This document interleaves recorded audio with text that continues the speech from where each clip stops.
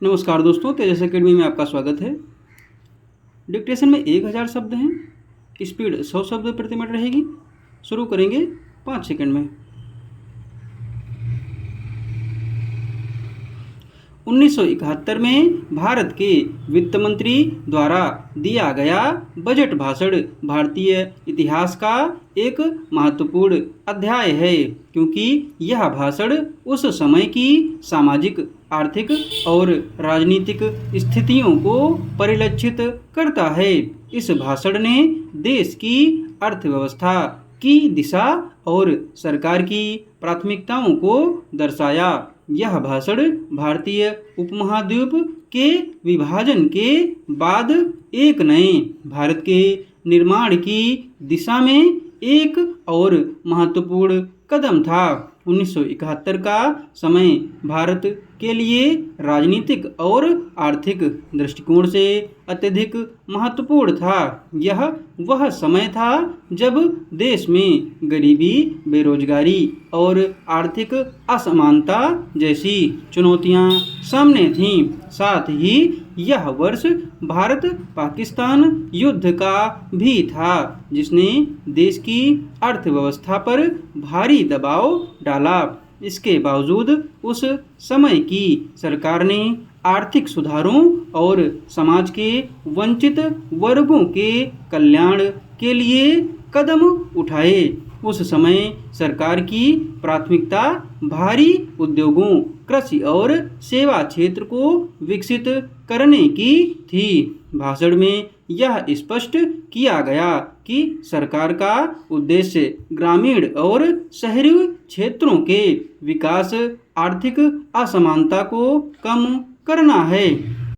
कृषि उत्पादन को बढ़ाने के लिए सरकार ने कई योजनाओं की घोषणा की, जिनमें सिंचाई योजनाओं का विस्तार और किसानों को किफ़ायती दरों पर ऋण उपलब्ध कराने की योजना शामिल थी। भाषण का एक प्रमुख हिस्सा गरीबी उन्मूलन के उपायों पर केंद्रित था। वित्त मंत्री ने गरीबी को देश की सबसे बड़ी समस्या के रूप में रेखांकित किया और इसे दूर करने के लिए कई योजनाओं की घोषणा की। इनमें ग्रामीण रोजगार योजना, न्यूनतम मजदूरी का निर्धारण और सार्वजनिक वितरण प्रणाली का विस्तार प्रमुख था। सरकार ने स्पष्ट किया कि उसकी प्राथमिकता समाज के सबसे कमजोर वर्गों को सहारा देना और उनकी जीवन स्थितियों को बेहतर बनाना है। 1971 का वर्ष भारत के लिए सामरिक दृष्टिकोण से महत्वपूर्ण था, क्योंकि उसी वर्ष भारत और पाकिस्तान के बीच युद्ध हुआ था। इस युद्ध का कारण पूरी पाकिस्तान की स्वतंत्रता का संघर्ष था। भाषण में वित्त मंत्री ने देश की सुरक्षा और रक्षा के लिए बजट का एक बड़ा हिस्सा आवंटित किया। उन्होंने कहा कि देश की सुरक्षा सर्वोपरि है और इसके लिए किसी भी प्रकार का समझौता नहीं किया जा सकता। रक्षा बजट में वृद्धि करते हुए उन्होंने जोर दिया कि सरकार इस क्षेत्र में आवश्यक सभी उपाय करेगी। भाषण में सरकार ने कर प्रणाली में सुधार करने और राजस्व जुटाने के लिए कई नए उपायों की घोषणा की। वित्त मंत्री ने कहा कि सरकार को समाज के सभी वर्गों से योगदान की आवश्यकता है, विशेष रूप से समृद्ध वर्गों से, ताकि विकास योजनाओं को सफलतापूर्वक लागू किया जा सके। इसके लिए आयकर दरों में बदलाव किया गया और संपत्ति के कर के दायरे को बढ़ाया गया। इसके अलावा उन्होंने कहा कि सरकार कर चोरी पर सख्त कार्रवाई करेगी और इसके लिए एक नई निगरानी प्रणाली की स्थापना की जाएगी। सार्वजनिक क्षेत्र को भारतीय अर्थव्यवस्था का रीढ़ माना गया और वित्त मंत्री ने अपने भाषण में इसके विकास के लिए विशेष योजनाओं की घोषणा की।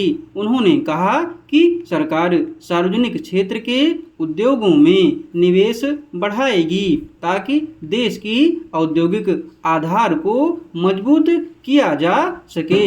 इसके अलावा उन्होंने कहा कि सार्वजनिक क्षेत्र की इकाइयों का निजीकरण नहीं किया जाएगा, बल्कि उन्हें और अधिक कुशल और लाभकारी बनाने के प्रयास किए जाएंगे। भाषण में वित्त मंत्री ने मुद्रास्फीति पर काबू पाने की सरकार की प्राथमिकता पर बल दिया। उस समय देश में वस्तुओं और सेवाओं की कीमतों में बढ़ोतरी हो रही थी, जिसका असर गरीब और मध्यम वर्ग पर पड़ रहा था। सरकार ने मूल्य स्थिरता बनाए रखने के लिए कुछ कदम उठाए, जिनमें आवश्यक वस्तुओं की कीमतों को नियंत्रित करने और उनके वितरण प्रणाली को सुधारने की योजना शामिल थी। इसके अलावा सरकार ने यह सुनिश्चित करने की योजना बनाई कि आवश्यक वस्तुओं की आपूर्ति में किसी प्रकार की कमी न हो। भाषण में वित्त मंत्री ने विदेश व्यापार और आयात निर्यात नीति पर भी चर्चा की।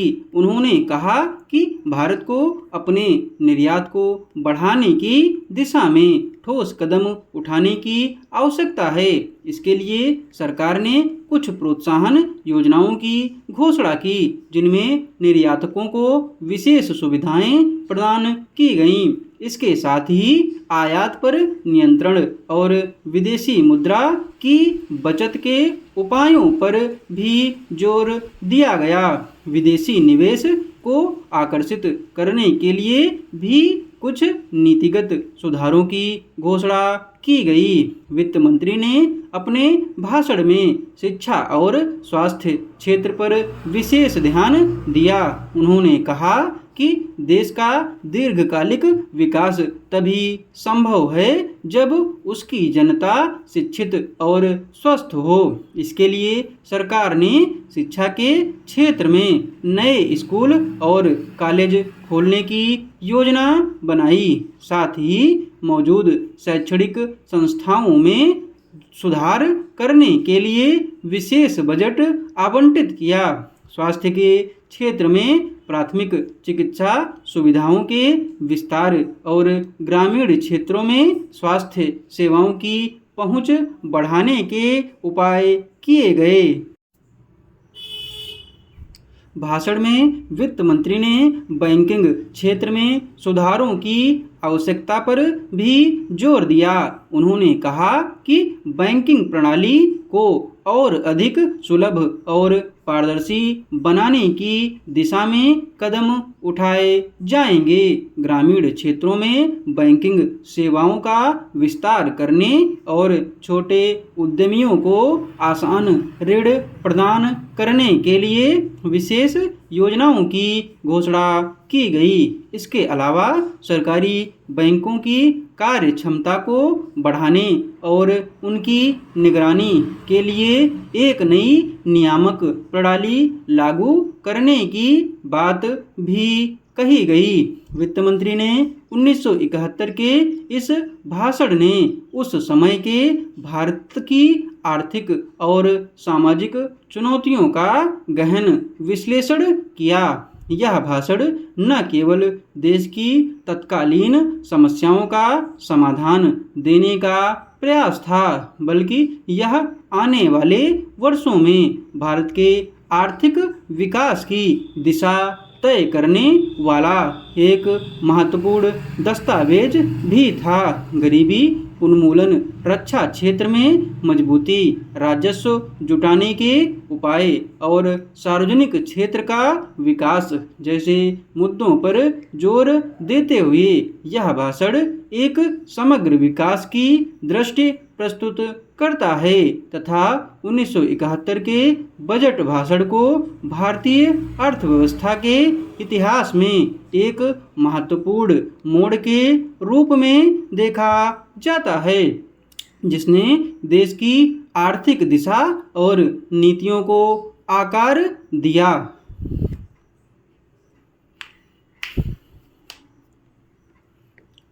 डिक्टेशन की पीडीएफ आपको टेलीग्राम पर मिलेगी। टेलीग्राम चैनल का लिंक डिस्क्रिप्शन बॉक्स में दिया हुआ है।